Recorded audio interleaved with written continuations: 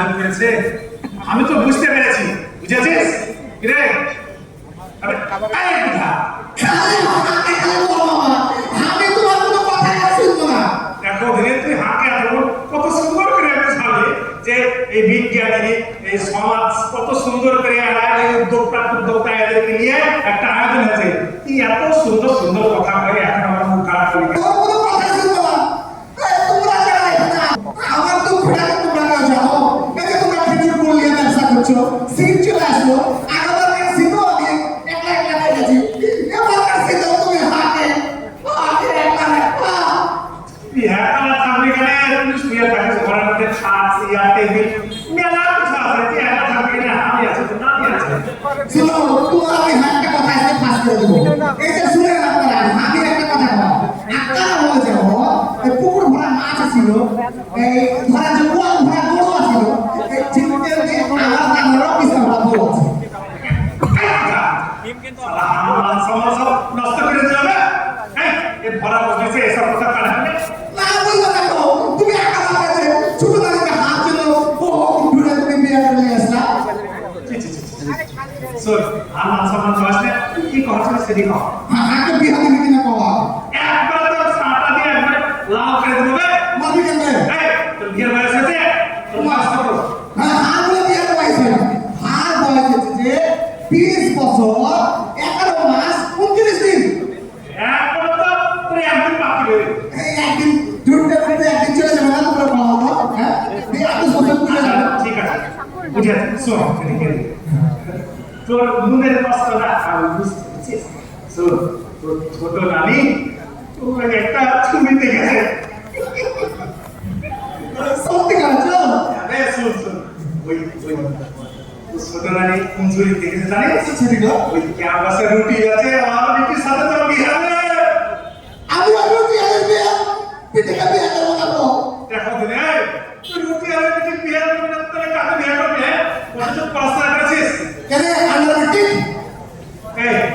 তোমরা কথা না আন্তর্জাতিক ছেলের সাথে এই রুটি আর রুটির বিয়ে হবে না, এখানে কত নানারা আছে, আমি ওই গুড়ালের পিঠে বিয়ে করবো। দেখো আমাদের এই কথা আছে, সালানাকে রুটি আর রুটির বিয়ে করবে না, গুড় আর রুটির বিয়ে করবে। তুই গুড় আর রুটির বিয়ে করে কি করবি? সরকার বিকাল এখানে গুড় খাবে নাকি?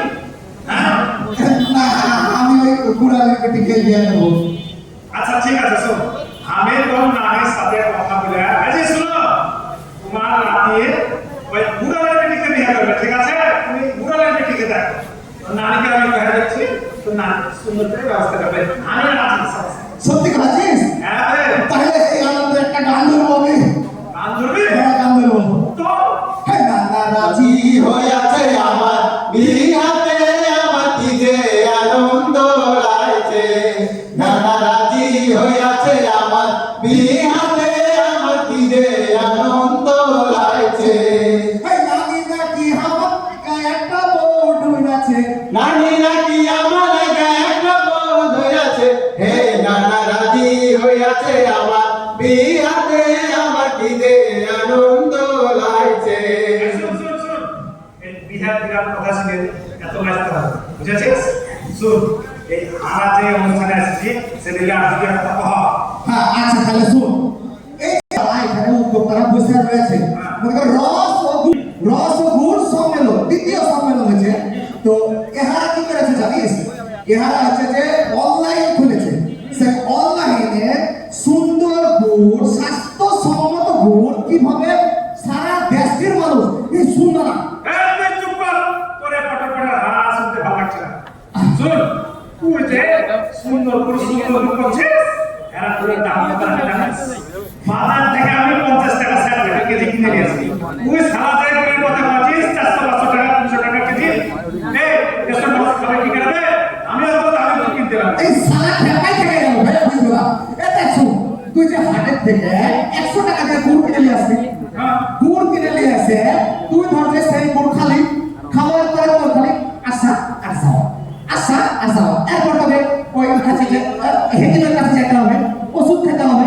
সেই ওষুধ খেতে যাই তুই 100 টাকার গুড় কিনে তুই 1000 টাকা খরচ করবি, তাহলে কি হলো? তোর হচ্ছে যে ঘরে ধরে তোর ওই সুমারিতে বলবে তোর ওষুধের জন্য যেটা ভালো দাম তার একটু বেশি। এই কথা। আর আসুন, এই যে উদ্যোক্তারা বুঝছিস, এই উদ্যোক্তারা দেশে তো গুড় সাপ্লাই দিচ্ছে, এই দেশের গুড় আমার বিদেশের মাটিতেও তারা সুন্দর করে পাঠিয়ে দিচ্ছে। বাইরের দেশে যারা রয়েছে তারাও কিন্তু এই গুড় খাচ্ছে। তাহলে কি বুঝলি, এই সুন্দর সুন্দর উদ্যোক্তারা তারা দেশের গন্ডি পাড়িয়ে বিদেশের মাটিতেও এই গুড়কে পৌঁছে দিচ্ছে। আসো, তুই যে হাতে মোটা মোটা কথা খাচ্ছিস, সারা দেশে কত খেজুরের গাছ আছে, হ্যাঁ? সেই খেজুরের গাছ থেকে এত গুড় হয়, এত দাম হবে কেন? আরেকটা জায়গাতে এই যে শুনো, সামনের কাতারে যারা মারানা বসে রয়েছো, তোমাকে দুটো কথা হয়, তোমরা এবার একটু শুনো। এই যে না শুনো, এই যে আক্কার আমলে খেজুর গাছ ছিল অনেক বেশি। এই রাজশাহী, নাটোর, যশোর এলাকার গুড় কিন্তু সবচেয়ে সেরা। তো এখন কি মনে করছে, এই যে কাছি যারা রয়েছে, ওরা যে তোকে আরেকটু বুঝায় বলি, বড় দানা মাস্টার দানা দুজনে পড়ে গেছে। হ্যাঁ, বলে গেছে কথা। তো তুই কি এই কাজগুলো জানিস? না, জানবো না। হ্যাঁ, তাহলে এই যে কাশির সংখ্যা কমছে, তেমনি ভাবে এই খেজুরের গাছ কাটে ভাটার মধ্যে দিচ্ছে, ইট বাঁধাচ্ছে, ভাটার মধ্যে দিচ্ছে, ইট বাঁধাচ্ছে, তাহলে কি হচ্ছে, এই গাছের সংখ্যা কমছে। তাই তবে হ্যাঁ, তখন ধর এই উদ্যোক্তা মানে গাছের সংখ্যা কমে যাচ্ছে, গাছ কাটতে যাচ্ছে না, প্রশিক্ষণ পাচ্ছে না, আবার সুন্দর করে গুড় কিভাবে তৈরি করতে হবে সেটারও প্রশিক্ষণ পাচ্ছে না।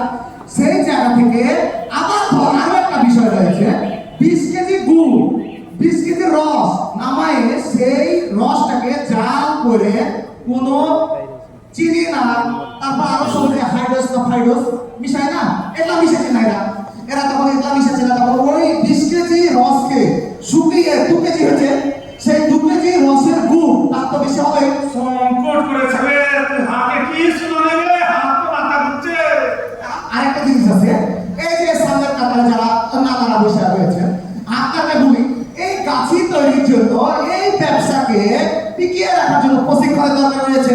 সুন্দর করে আপনারা প্রশিক্ষণের ব্যবস্থা করবেন, যাতে করে সুন্দর করে গুড় কিভাবে তৈরি করতে হয়, কোন রসে কোন ধরনের গুড় হবে, কোন তুই যে প্রশিক্ষণের কথা বলছিস, তার মানে তুই কি হ্যাঁ প্রশিক্ষণ নিবি?